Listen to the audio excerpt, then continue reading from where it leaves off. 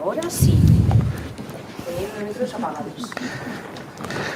Bueno, veis que nos hemos modernizado hoy mucho y nos hemos puesto micrófonos inalámbricos y todo, pero no los habíamos encendido. Nos hemos modernizado tanto que nos hemos quedado como antes. Decía que buenas tardes, que ya son casi 10 años con el espacio de reflexión y diálogo de los últimos miércoles de cada mes.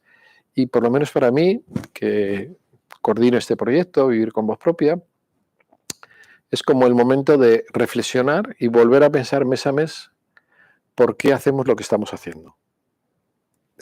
A mí me ayuda mucho eso, más allá de nutrirnos de las distintas experiencias, pues lógicamente conectarte que por qué haces esto y por qué vivir con voz propia. Y cada miércoles tenemos un aprendizaje nuevo y sobre todo unas experiencias que nos van nutriendo y que, como yo siempre pienso en las experiencias, nos contagian. Nos contagian de, a mí me gustaría saber hacer eso, o a mí me gustaría poder hacer eso, o yo también hago eso. Y qué bien que me han contado esto o lo otro, ¿vale? Entonces, desde ahí, este espacio de reflexión y diálogo del mes de enero de 2023. O sea que tenemos todo un año por delante para disfrutar de algo que íbamos a empezar este año con algo que nos parece interesante, es como aprender cómo se acompaña. Y lo vamos a ver desde distintos ángulos, ¿sí? Lo vamos a ver desde las experiencias como la que hoy vamos a tener con Elena. Espero que en el mes de febrero pueda acompañarnos María Paula, que es una persona que yo he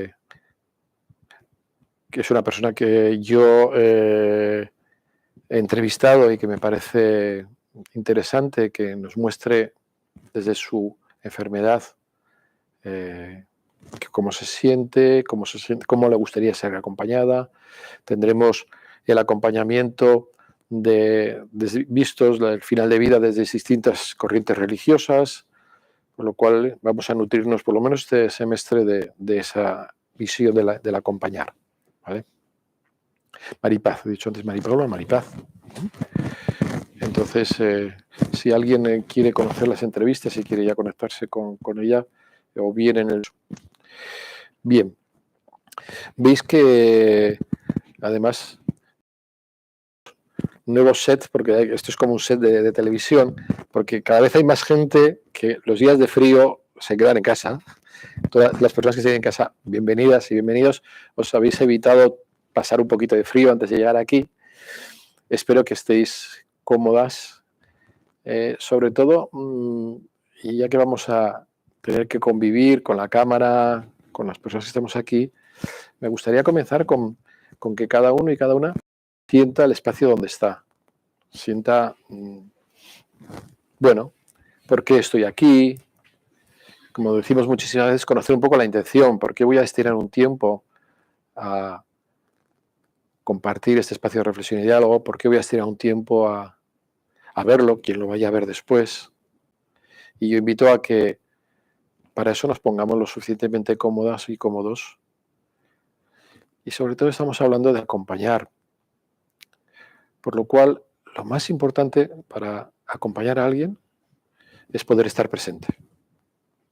Ya sé, a veces cuando sobre todo nos está aquí de manera presencial, pues igual hasta estamos haciendo algunas cosas, preparando una sopita caliente o con el libro que estábamos anotando al lado también. Y os invito a que dejemos un poquito todo y las que hayáis decidido y los que hayáis decidido seguirnos desde casa, estéis con nosotros aquí. Los que estamos ya en la sala, ya así como estamos tomando conciencia de cómo estamos sentados, de cómo vamos observando a las personas que siguen llegando. Y a las personas que estáis en casa, pues bueno, intentar como tomar un poquito de distancia, ¿sí?, de todo lo que os rodea, y hacéis como un espacio más íntimo, más personal, en el cual os vais a disponer a escuchar, abrir no solamente los oídos, sino también poder abrir el corazón para poder escuchar desde el corazón. Esa escucha más presente, que podáis sentir y sentirnos a todos los que estamos ahora conectados y conectadas, para poder dar más sentido, si cabe, a lo que es acompañar a alguien. Que insisto, acompañar es estar con los 5 sentidos, estar presente. Estar muy presente. Y de eso creo que el espacio de hoy con Elena nos va a dar unas claves bastante buenas. Sobre todo porque, una vez más, el espacio de reflexión no es nada más que la experiencia. Y podemos escucharlo desde la experiencia, no desde, me van a decir, punto 1, acompañar es esto, punto 2, acompañar. No, es desde una experiencia. Entonces, yo te doy la bienvenida. Gracias.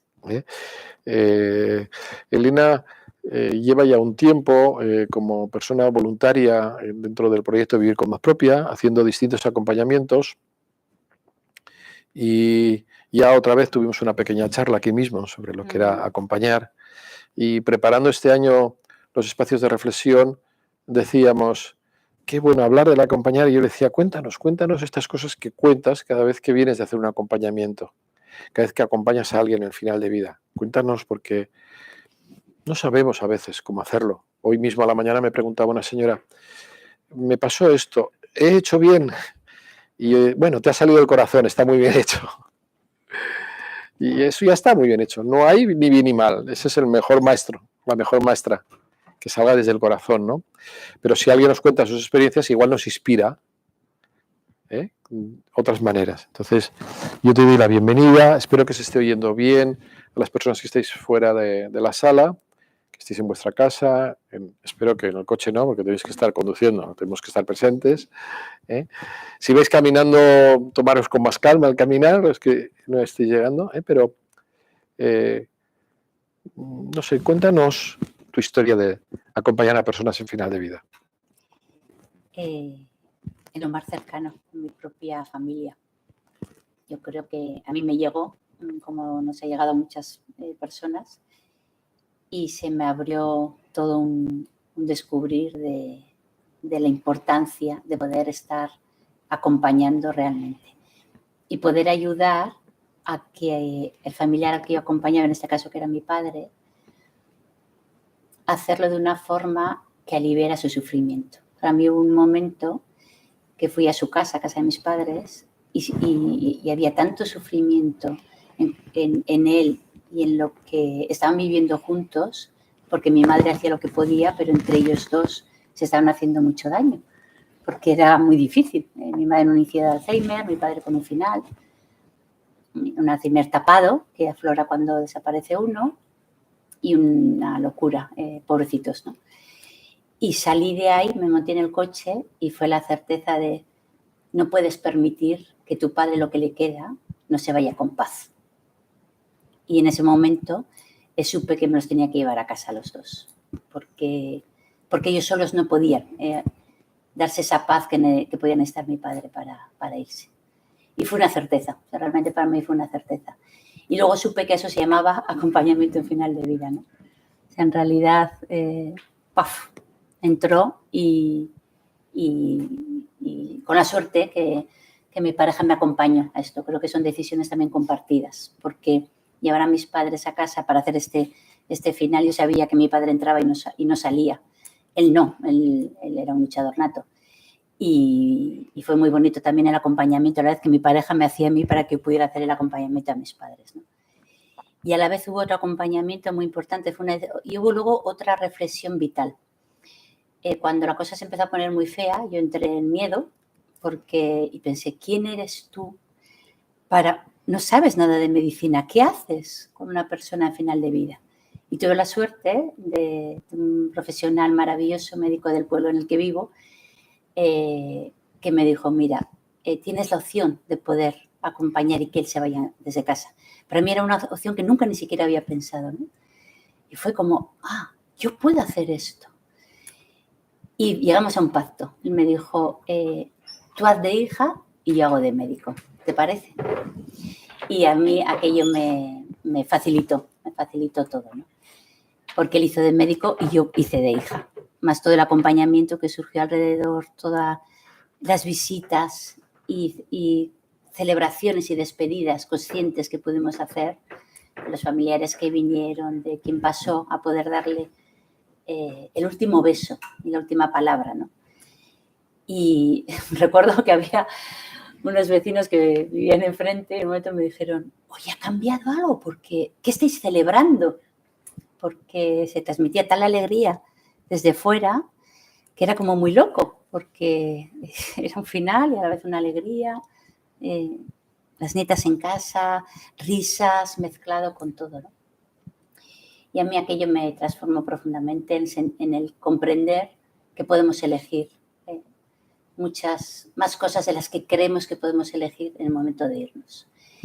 Y como la vida es así, y cuando te abierto una puerta te sigue trayendo otras seguidas, pues me trajo otro acompañamiento a los 2 meses, en el que todavía me estiró más esta comprensión.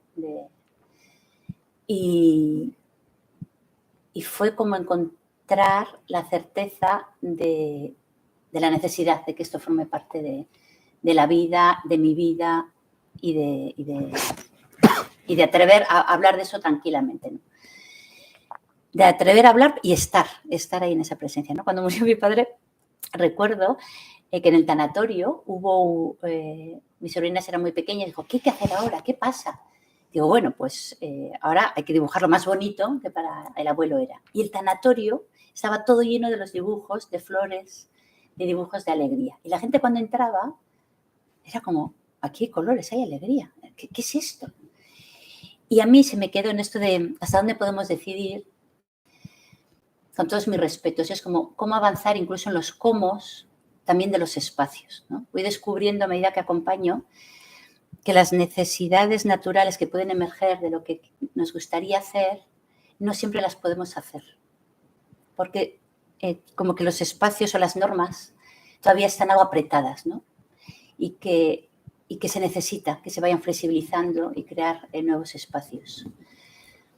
Porque es como acompañamos hasta ese momento y luego lo que sucede después, los rituales o las despedidas.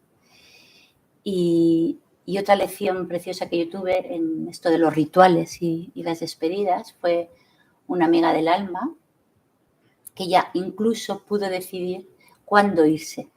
Esto todavía a mí me abrió todavía más, ¿no? Porque es dónde quiero morir, cómo quiero morir, incluso cuándo quiero morir.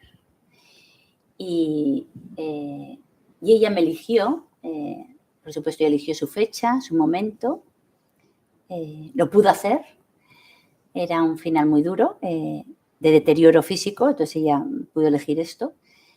Y ella me eligió como, quiero que seas la maestra de la ceremonia que yo quiero que suceda después. Y me nombró su maestra de ceremonia. Dije, bueno, esto es un honor, que te nombre, quiero que seas mi maestra de ceremonia. Y como ella, todas las pautas que dio de cómo quería que fuera todo su ritual, toda su ceremonia. Entonces lo interesante fue, ella quería algo muy propio de ella, le definía perfectamente esa ceremonia a ella, incluso las cosas que quería trasladar y todo, y nos costó encontrar dónde hacerlo, porque no era fácil dónde poder hacer esto. Y ella decidió que no quería un espacio religioso y respetaba que sabía que su familia iba a hacer un espacio religioso, pero el suyo propio lo trasladó perfectamente. Y fue muy interesante cómo buscar ese espacio. Y terminamos en un hórreo en Asturias, al aire libre, dándonos permiso, la persona propietaria del hórreo, a hacer esta ceremonia. Y poder conceder también este deseo, para mí fue, aparte de un regalo, también la apertura de ahí va. ¿Cuántas más cosas como personas podemos pensar que podemos elegir en el final de vida, ¿no? Y es como cada acompañamiento me abre otra pregunta nueva para mí misma de ¿cuánto puedo llegar a elegir sobre mi propio final de vida? Siempre, y bueno, con todo respeto, siempre que podamos elegir sean procesos naturales. Esto en otras situaciones no, creo que no tiene esta cabida, ¿no? O sí, ciertas cosas, porque igual hay más cosas que también tienen cabida. Sí, podemos hasta pensarlas antes y poder manifestarlas para que haya alguien que pueda velar por estos antojos. Yo a esta amiga del alma le decía, mira que tienes antojos complicados hasta el final, ¿eh? Y ella se reía, ¿no? Y dice, claro, muero como yo quiero morir. Además era su expresión, ¿no? Y era, muero viviendo la vida, porque la frase suya era viva la vida. Entonces muero honrando la vida. Y claro, también podemos elegir así. Entonces, a medida que para mí se van abriendo en cada proceso nuevas ventanas, que a la vez como que las voy llevando a la siguiente persona, ¿no? Porque a medida que nos vamos abriendo podemos compartir y vamos abriendo como comunidad todas estas ventanitas. Y entonces vamos como también abriendo al propio sistema. Entonces digo, ¿cuánto es cultural de donde yo he nacido? Muy afectado, lógicamente, por la religión que más impera en el lugar en el que yo he sido educada, cómo eso ha establecido mis propias creencias y cuánto de esas son reales o cuántas las puedo ir deshaciendo y construir mi deseo de cómo quiero hacer, cuánto hay de sistema y de norma que me posibilita o no me posibilita. Yo me pregunto, ¿yo podría hacer un tanatorio en mi propia casa y que se me vele el cuerpo en mi casa? El sistema me lo permite, pero igual es un deseo que yo tengo. Entonces, donde también las normas nos van, seguramente habrá un tema de seguridad, y no entro en tanto cada casuística, ¿no? Y luego, hasta dónde sé que puedo elegir. Y para mí es cuanto más nos permitamos abrir preguntas de como cuando y como ir entrando, cuantas más finura de preguntas, creo que a la vez es un viaje de más profundidad en nuestra propia vida. Porque cuanto más afinamos nuestras preguntas, como que más afilación en nuestra vida, ¿no? Entonces, como este viaje compartido de este proceso vital, ¿no? Digo, ¿cómo no voy a pensar en un proceso más vital de mi vida, que es mi muerte de mis seres queridos o las personas que acompaño y que quiero, ¿no? Es como nacer y morir, creo que son los dos procesos vitales más importantes. Y cómo afecta a cómo nos quedamos, ¿no? Cómo nacemos, está ya muy demostrado que si hay mucho trauma al momento de nacer o cómo se ha habido ese entorno, afecta claramente en nuestra evolución y en nuestra vida. Entonces también cómo establecemos el morir afecta también en nuestra propia transformación y en nuestra evolución y en el entorno de las personas que queremos, ¿no? Como esto suaviza duelos, nos suaviza, nos naturaliza y nos une en lo más humano, ¿no? Y no sé, creo que para mí esto es en esta capacidad de decidir, ¿no? Cuántos campos, cuánto es creencial, dónde me estoy limitando o dónde puedo pedir también, porque qué cosas me atrevo a permitirme, a saber qué quiero, y a veces si encuentro a la persona a la que le puedo decir que quiero que suceda esto sin entrar en un debate. ¿A quién le dejo que se cumpla, ¿no? Cuando mi amiga me dijo, te elijo, como ritual que ceremonias, mi ritual. ¿Quieres? Esto que me digas si quieres o no, porque no tengo que buscar a otra persona. Claro, ¿cómo buscamos a cada persona lo que nos puede ayudar, ¿no? Y cómo a veces el entorno estamos preparados para aceptar estas peticiones y tener estas conversaciones. Porque cuando ya alguien te está diciendo esto, incluso en vida, a mí me pasa con personas muy queridas, yo intento decir, oye, a mí me gustaría, y me dice, a mí de esto no me hables, ¿eh? Digo, hombre, entonces ¿a qué quieres que le pida esto? ¿no? Entonces, es como también elegir esa persona compañera de vida, que incluso en vida puedas elegir quién queremos y cómo queremos, ¿no? Es como un abrir continuamente, un abrir continuamente. Y yo creo que vamos avanzando también como sociedad en abrir en muchos aspectos. Creo que debates, espacios como Vivir con Voz Propia trae esto, ¿no? Y siento que estamos avanzando como sociedad más en el cuidado corporal. Tenemos la suerte de un sistema que en esta parte nos cuida mucho, ¿no? En la mental, bueno, pues va avanzando también, y creo que el cuidado ya espiritual de este proceso vital está ya emergiendo, ¿no? Como ya podemos ponerle nombre ya, ¿no? Y claro, a la vez es como esto corresponde a cada persona, porque esta parte ya espiritual como que nos corresponde a cada persona propia, nuestro trabajo personal y de evolución. Y si lo hacemos en compañía y acompañadas, pues creo que ayuda también en este acompañamiento también desde ese lugar, ¿no? Solitario, pues supongo que también se podrá hacer, no lo he vivido. Y creo que acompañando también en esto, pues es otra, ¿no? De expandir estos corazones, como siempre decimos, ¿no? Corazón expansivo.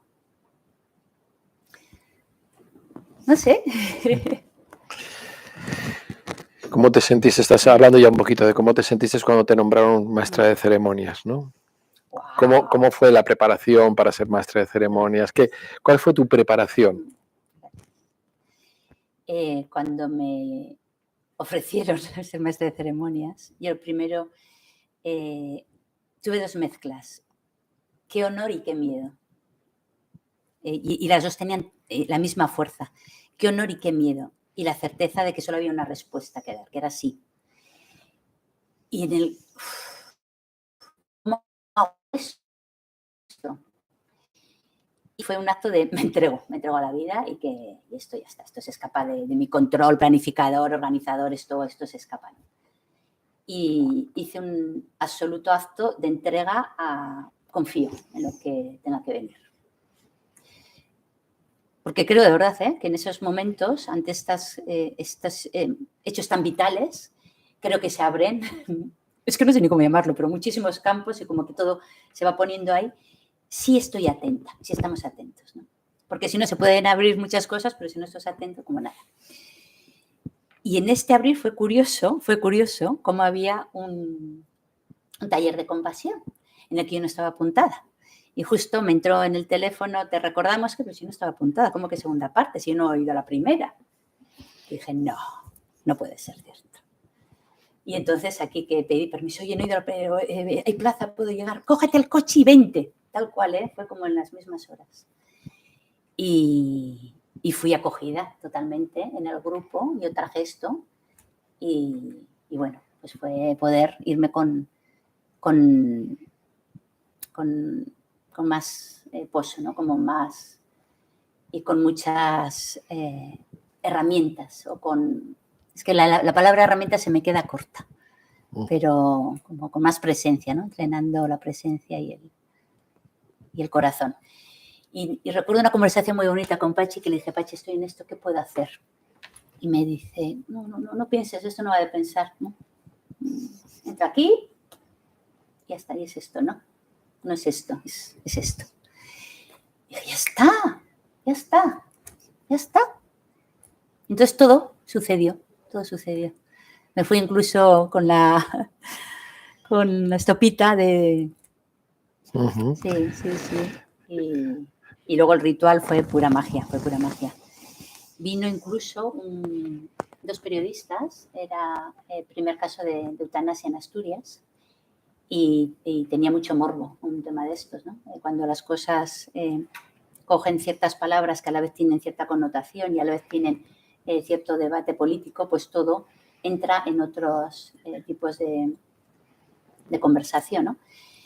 Y cuando yo estaba preparándome para el ritual, era eso, imaginaros, en un horno, con vistas al mar, 50 velas, que eran los años que ella tenía cuando se fue. Bueno, no sabíamos si era un ritual celta o qué, pero fue saliendo. todo margaritas blancas, porque ella siempre, incluso en el hospital, no está con una margarita blanca y una sonrisa. Entonces, todo eso estaba reflejado en el espacio. Y además estábamos con las músicas que ella quería, con una teatralización de algo que ella quería que también se mostrara, porque ella quería en el ritual que demostráramos la evolución de lo que había sido su vida para terminar con un mensaje de que somos amor y unidad. Era el mensaje que ella quería que quedara claro en sus seres queridos y que entendieran desde dónde ella había tomado la decisión de decidir irse. Ella quería devolver esto a la comunidad y a sus seres queridos. Y imaginaros qué momento de estar ahí preparándote. Entonces me vienen 2 periodistas con 2 micrófonos y un micrófono y cámara. Y fue como, por Dios, ¿qué es esto? No venimos a hacerte una entrevista a ver qué es. Digo, no puedo responderte. O sea, no me lleves a que entre en la mente, a que te cuente algo que no sé lo que va a pasar. Porque lo que pasa es lo que vaya a pasar. Y os invitamos a quedaros. Y tú escribe lo que tú hayas vivido. Pero no. Y fue muy interesante cómo se quedaron. Todo el ritual, toda la ceremonia. Se quedaron incluso en el momento de las sidras, porque luego, os podéis imaginar, Asturias, se abrieron cajas de sidra, queso, cantos. Se quedaron y seguían. Y al día siguiente, en 2 periódicos principales de Oviedo, salía un monográfico y un titular de la ceremonia, de sus deseos, de sus mensajes. Y yo pensé, no me lo puedo creer. Hasta esto, porque ella quería divulgar esto, pero no sabíamos ni cómo hacerlo. Entonces, hasta esto terminó saliendo en primer titular de prensa y de forma respetuosa. Porque yo tenía mucho miedo que luego en la familia quedara algún dolor de todo esto, porque la familia no estaba a favor de lo que la hija quería hacer. Más fueron los últimos en poder casi saber muchas cosas, ¿no? Para mí también eso fue otro gran aprendizaje, cómo ella buscó su familia de alma, de vida, que era la que podíamos sostener lo que ella quería hacer, cuando su familia, padre y madre, porque no podía sostener eso en sus creencias religiosas, en sus vidas, ¿no? Entonces, cómo ella pudo buscar las formas y la valentía, ¿no? de hacerlo, de buscar las formas en las que ella podía equilibrar sus deseos sin hacer daño a sus seres queridos. Entonces, me pareció una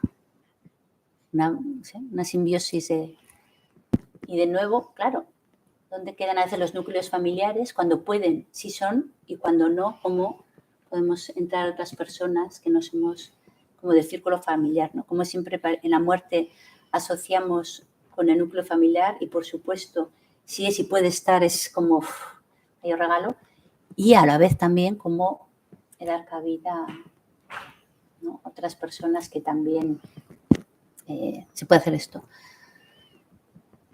O sea, como que a mí se me rompen todas las normas, sinceramente. Entonces, el título del encuentro de hoy me parecía muy provocativo en ese sentido. Digo, wow, ¿no? ¿Cómo podemos? ¿Qué elegimos? Conscientemente, y luego de lo que elegimos, ¿qué podemos hacer? Es ya como segunda pregunta, ¿no? Pero primero, realmente, ¿qué elegimos? ¿Hasta dónde nos atrevemos a pensar, entrar en... Y cuánto es como ya automáticamente... Ha sido muy curioso el día de hoy, porque he tenido 2 conversaciones muy interesantes con personas que casi no hablo, o sea, coincidencias de conversaciones en la calle, y con las 2 he hablado hoy de esto. Y con la segunda persona, de repente ha surgido una conversación de estas de magia, como digo yo,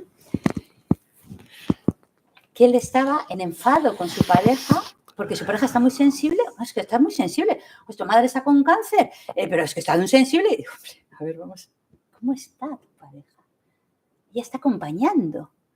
¿Cómo tú acompañas ahora a tu pareja?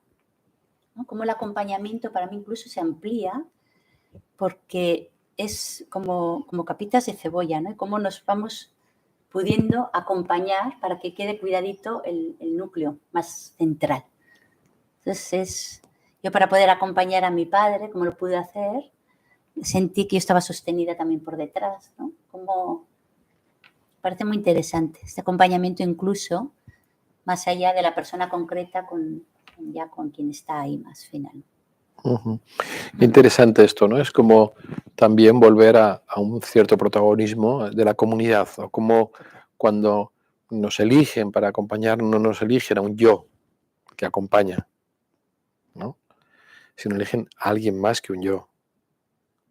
Eligen a una serie de circunstancias que quizás esa persona puede llegar a favorecer. Por eso hablamos de comunidad. Y quizás, no sé si fue el caso, pero te eligieron a ti y como fuiste tú integrando los distintos miembros de una comunidad cada vez más grande para que también estén presentes, ¿no? Esto, además, en algún otro acompañamiento también te ha pasado, ¿no? ¿Cómo integras a las otras personas? Sí. En otro acompañamiento también sucedió esta integración. Estaba acompañando a una persona en final de vida y el momento final como tal era un momento de UCI y lógicamente yo no era la persona para estar ahí presente y era su pareja. Entonces, lo bonito fue cómo pude acompañar a la pareja para que la pareja acompañara a él. Entonces, cómo fue este viaje compartido en realidad de los tres, cada uno en su lugar, y cómo se amplía el acompañamiento, ¿no? Uh-huh. Digo, empiezas en un lugar que crees que es tu lugar y cómo se va produciendo las situaciones y te vas acompañando. Uh-huh. Y te vas acompañando. Qué importante eso, ¿no? Porque a mí me gusta a veces nombrar que cuando alguien está haciendo un tránsito, no solamente está transitando esa persona, estamos transitando todos, ¿no? Y todas. Y como estamos transitando todas, igual hay personas que se sienten como, uy, yo no puedo estar en ese último momento, pero ¿qué puedes hacer tú en todo eso que está sucediendo? Igual lo que puedes hacer es preparar las lentejitas para que todos acompañar. Y esa es tu manera de estar. Y quizás eso sea lo importante, ¿no? Como cuando hablamos de acompañar, no poderlo mirar desde un yo, sino mirar desde la comunidad, desde una visión más de comunidad. Yo, dentro de todo esto que está sucediendo, ¿qué es lo que yo puedo aportar? Porque quizás pueda aportar casi siempre algo que complementa lo que otros están aportando, porque todo no puedo aportar, ¿no? Sí, y porque además sería impensable pensar que solo está, sería impensable todo lo que te sostiene y incluso en este concepto de comunidad diría que en los rituales aquí estamos como acostumbrados a ciertas cosas. Soy una apasionada también de viajar y de cuando viajo intentar conocer esto que a mí me conecta mucho, ¿no?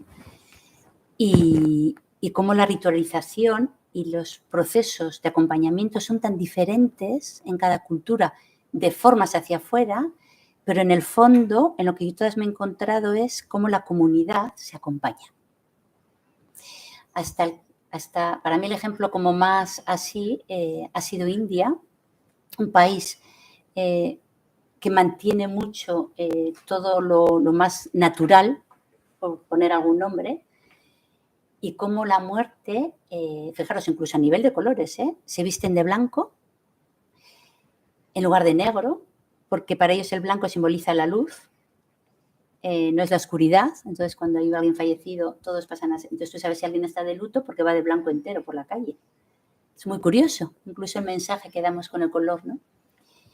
Y si pueden, hay una concentración de toda la familia amplia, no solo núcleo familiar, y empiezan a hacer una peregrinación alrededor del Ganges, toda la familia conjunta, para ir velando este cuerpo, hasta poder llegar, bueno, Benares ya para ellos es como la cuna, no todas las familias se lo pueden permitir, lógicamente, pero es el proceso de todo el clan se une, todos los seres queridos, y no es que hagan un ritual así sin más, no, peregrinan durante días seguidos, con todos sus rituales, incluso los hombres se rapan el pelo, como para poder reforzar la conexión, tiene muchos rituales y la comunidad, cómo viven esos días acompañándose en ese dolor o en esa alegría, porque tienen está todo muy presente, Está la alegría muy presente en sus cantos, en sus bailes, en el fuego. Siempre hay un ritual de fuego a la noche. Y a la vez en el lloro, lo van viviendo con el Ganges por el camino. Es que qué curioso, ¿no? Cómo hay un dolor, porque hay dolor, pero no hay un drama. Hay una diferencia de sensación en el momento de vivirlo, ¿no?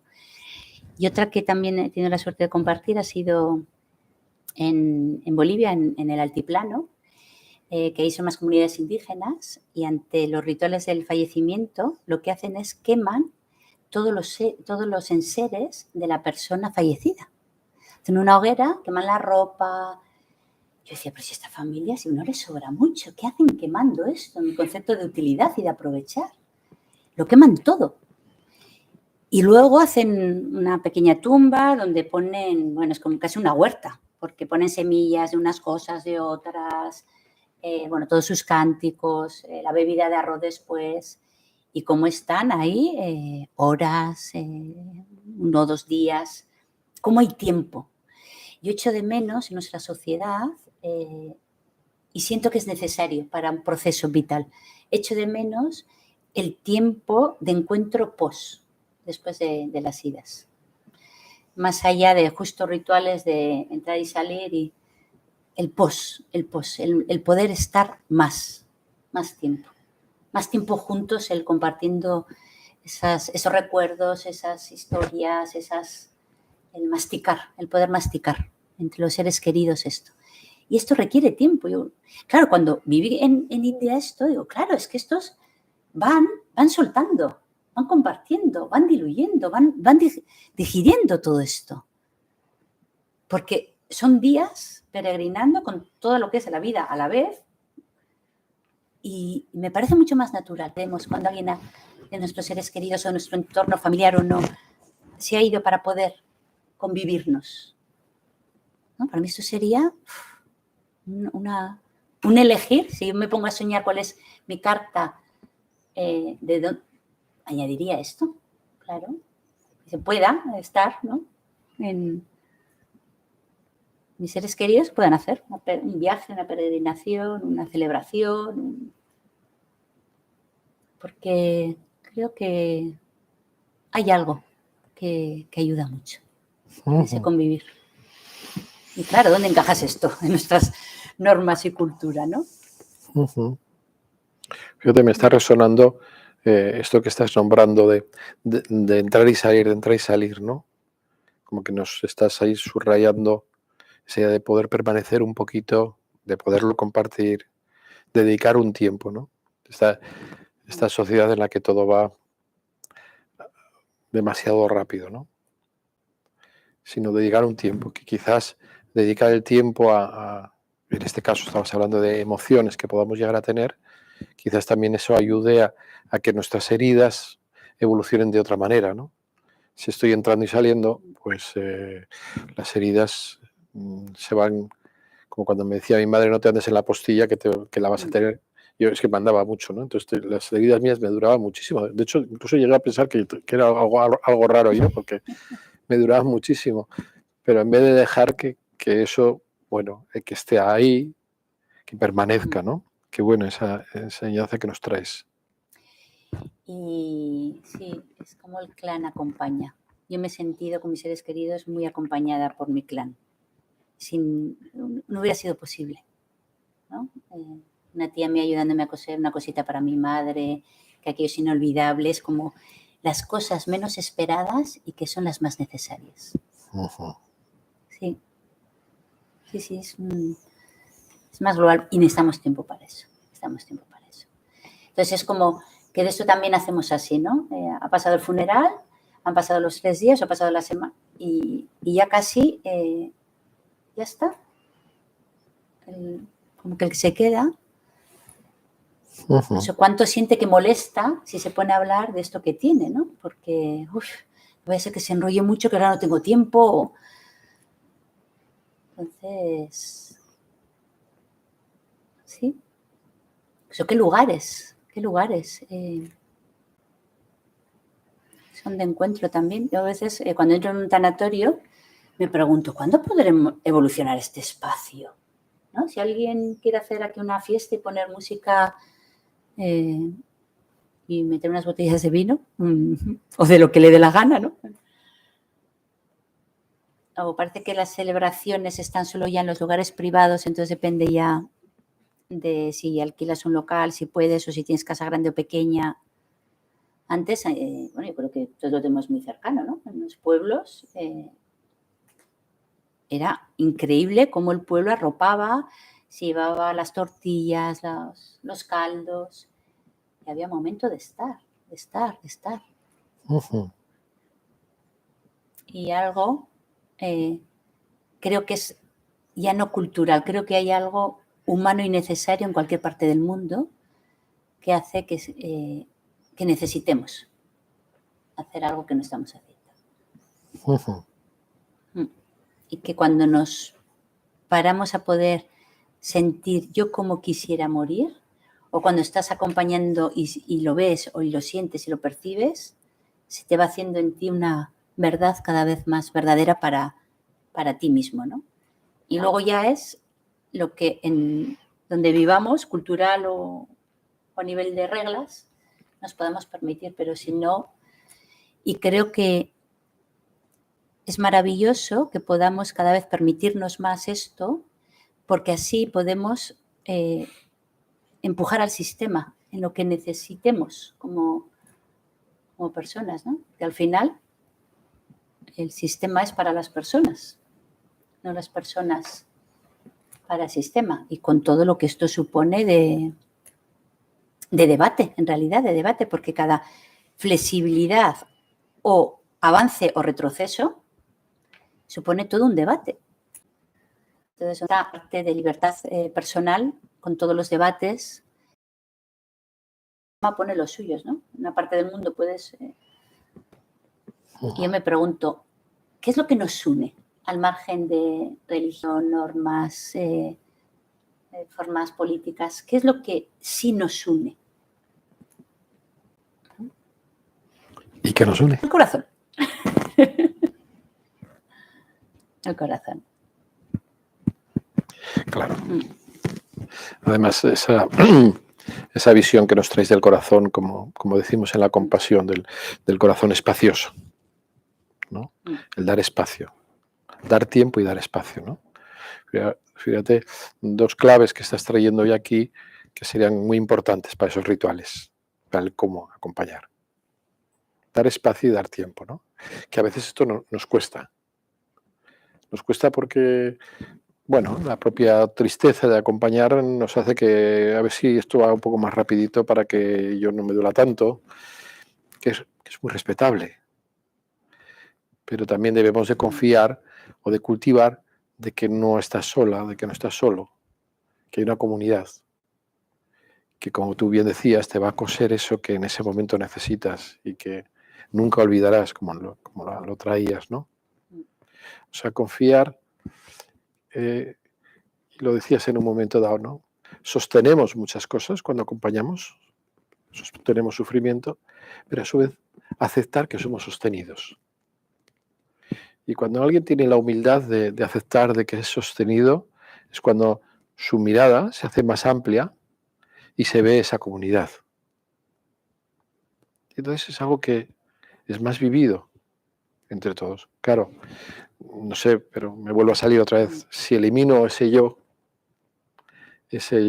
puedo, yo te voy a, y lo comparto porque juntos vamos a, cuando mi mirada se ensancha, bueno, parece que el ritual, como tú bien has dicho al principio, y ahora cuando te preguntaba me lo has dicho muy claramente, lo que sale del corazón y lo que tú tienes. No sé si quieres. Sí, y a la vez también saber qué es tuyo y qué es de la persona a la que puedes estar acompañando, ¿no? Porque creo que esto también es importante. Tú puedes pensar que para esa persona puede ser bueno que haga las paces antes de irse, su hijo, con su hija, con quien sea que pueda haber un conflicto, ¿no? Y para mí incluso que eso no sea doloroso en la impotencia de verlo y de respetar que ese proceso es de esas personas y solo si quieren podrá pasar algo o en otras circunstancias varias, para mí es ahora mismo también otro aprendizaje, porque a veces igual hay que estar sin poder contribuir a ningún deseo o a cosas que hasta tú crees que pueden ser buenas y aceptar con absoluta neutralidad de pensamiento eso que está sucediendo, ¿no? Sin juicio ni de bueno ni de malo, sino para mí ahora esto es lo que me está viniendo más. Qué bien. Bueno, muchísimas gracias. Muchísimas gracias. Vamos a abrir un turno de preguntas a las personas que estáis aquí en la sala, a las personas que estáis donde estéis, que espero que sigáis presentes aquí con nosotros. Hay preguntas, pero bueno, se pueden animar, ¿no?, a preguntar, porque está Iván ahí con esta tecnología. Yo voy a intentar, ¿hay alguna pregunta en la sala? Me voy a ir sacando el micrófono para poderlo pasar, que se pueda ver bien. Un minuto y te paso el micrófono, qué cosas tengo que hacer para sacar ¿Cómo se nota que hemos estrenado plató, pero no mantenemos las formas clásicas? Entonces, perdonad a los que están a casa porque no vamos a girar un poco la cámara, pero sí el micrófono se lo voy a pasar. Hola. Mira, a mí simplemente me gustaría ampliar lo que has dicho, que qué es lo que nos unía, que habéis dicho que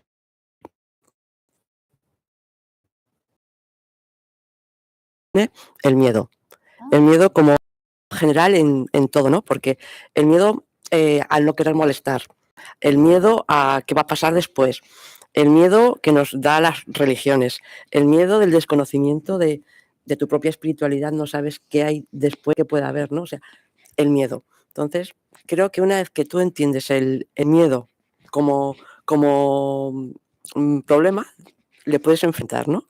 Y le vas poco a poco, y una vez que todas esas preguntas al final van a ir hacia lo mismo, son contestaciones, y quitas ese miedo, porque al final el miedo no te va a evitar que te mueras, pero va a permitir que vivas, ¿vale? Entonces, me apetecía aportar eso, nada más.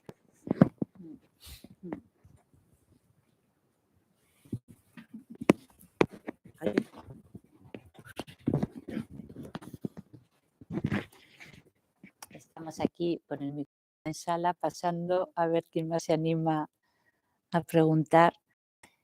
Sí, el miedo, claro, siempre está ahí, la cosa. Si es paralizador o si hasta podemos... Sí, comparto. Sí, yo cuando os compartía eso, ¿no? Cuando me eligieron maestra de ceremonia, fue el honor y el miedo a hacerlo mal, a no hacerlo bien y a lo desconocido, a día, a qué locura, pero esto,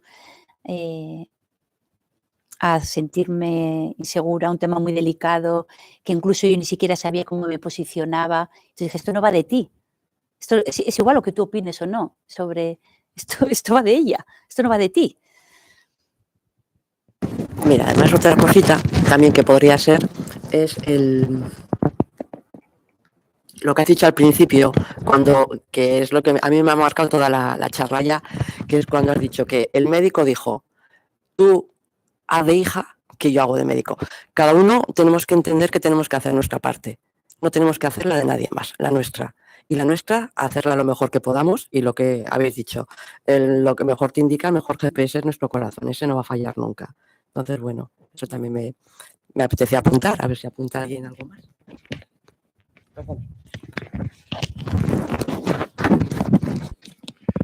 Por proximidad.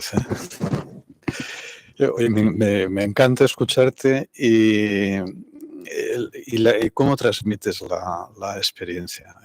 Se agradece.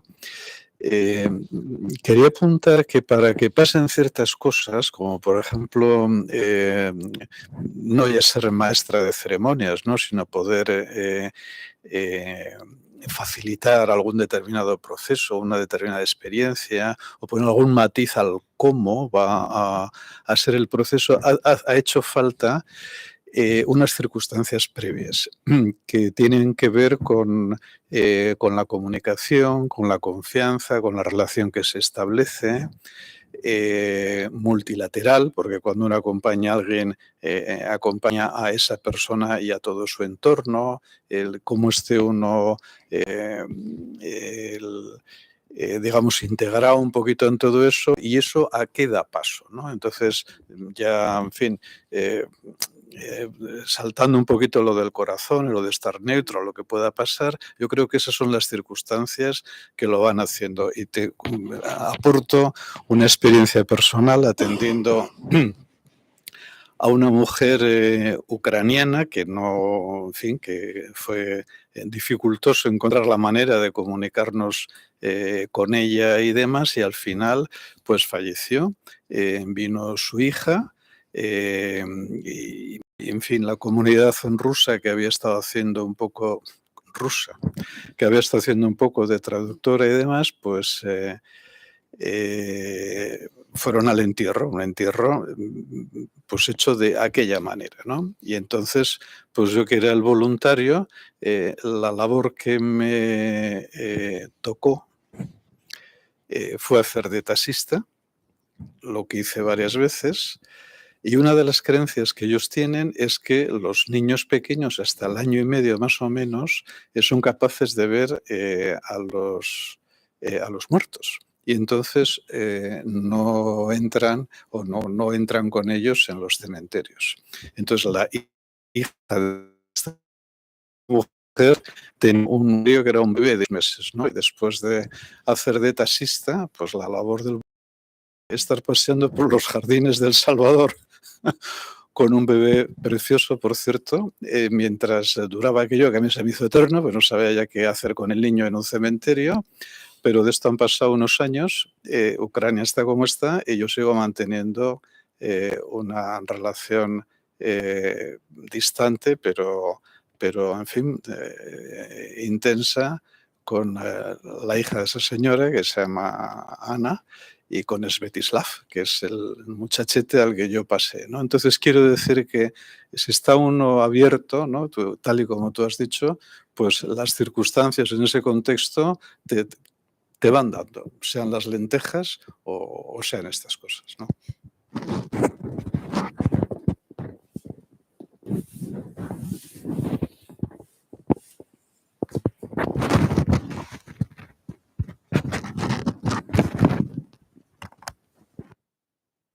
¿Alguien se anima desde casa a hacernos alguna pregunta? ¿Nadie? ¿Estáis preparando el caldito? ¿Qué estáis haciendo? A ver. Bueno, me tenéis aquí con el maldito con el juguete, que por fin podemos enfocar a la gente. Ya te oyen, está sin micrófono. Ah, sí, sin micrófono. Claro, pero igual con el micrófono tuyo Ah, se oye poco.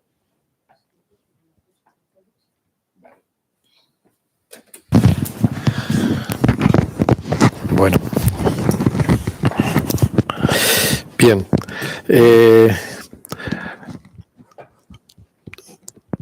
Sobre todo, tomar estos temas como, insisto, no como tareas. ¿Qué tengo que hacer primero? ¿Qué tengo que hacer segundo? ¿No? Alguien ya me contaba hace poquito, ¿no? Bueno, ya aquello del que nos decía Elizabeth Kubler-Ross sobre el duelo, las fases del duelo, primero esto, bueno, primero esto, o segundo, o tercero, o no se sabe. En esto de acompañar tampoco, ¿no? Y además en este espacio de reflexión y diálogo nos gusta mucho no decir esto tiene que ser así, ¿no? Pero hoy, desde luego, Elena nos lo has dejado muy claro, ¿no? Como esa apertura de corazón, esa presencia, ya es mucho, o ya es casi todo. Y luego, pues, claro, cada circunstancia, ¿no? Yo creo que, como bien también señalaba, ¿no? Al final igual tienes que ser eso, estar cuidando a un bebé en un cementerio, ¿no? que esto sí que tuvo que ser una experiencia, ¿no? Claro, Porque no hay nadie preveía eso. Esto dónde estaba en los manuales, ¿no? Yo creo que no hay manuales para eso. O sí, o hay manuales para el amor, ¿no? O sea, me cuesta pensarlo. Todos los que he leído siempre me ha alejado mucho. Digo, si eso es el amor, no sé si yo quiero esa manera de amar, ¿no? Me acuerdo cuando yo era joven que vi aquel título, ¿no? Primer amor, primer dolor. Y dije, anda a leerme esto ahora, y decía, pero esto es, no me interesa mucho lo del amor, casi prefiero seguir yendo al monte, ¿no? O ¿quién ha visto algún manual? Dice, no, para nacer esto va así, luego vas a nacer, vas al paritorio y pasa lo que pasa. La criatura viene, cuando quiere venir y cuando se dan algunas circunstancias y bueno, a veces los forzamos y también los aceleramos y aceleramos el tiempo, ¿no? Yo creo que estar en la vida, estar en el proceso de la vida, que es en el nacer y en el morir, y hoy estábamos centrándonos en el morir, es estar abierto. Preguntar cuando no se sabe. Preguntar cuando no se sabe, que es muy sencillo. ¿Tú qué quieres? Nos lo has dicho varias veces también, ¿no? Es como, yo te acompaño y tú qué me vas contando. Y bueno, en la medida de lo posible, estar con esa entrega de la que tú también hablas, ¿no? Que es muy importante, ¿no? Me ha gustado muchísimo cuando te invitaron a hacer ese acompañamiento y tú dijiste, no, yo me entrego. Y aquí sí es como me entrego en cuerpo y alma, ¿no? Me entrego toda yo, rompiendo mi yo, para que de alguna manera tú puedas transitar, pueda florecer tu vida, aunque sea en este momento. Y eso sería tener también una actitud compasiva ante estos rituales. Quizás acompañarse a buscar que la otra persona florezca, apagar un poco nuestra propia luz y eso.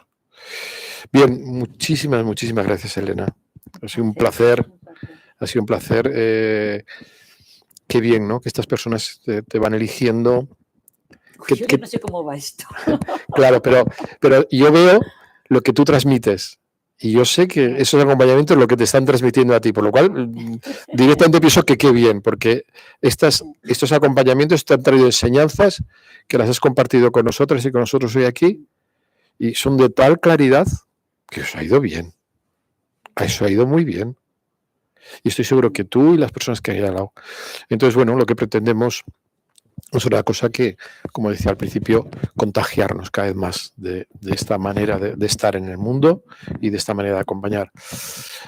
Muchísimas gracias, Eskerrik asko.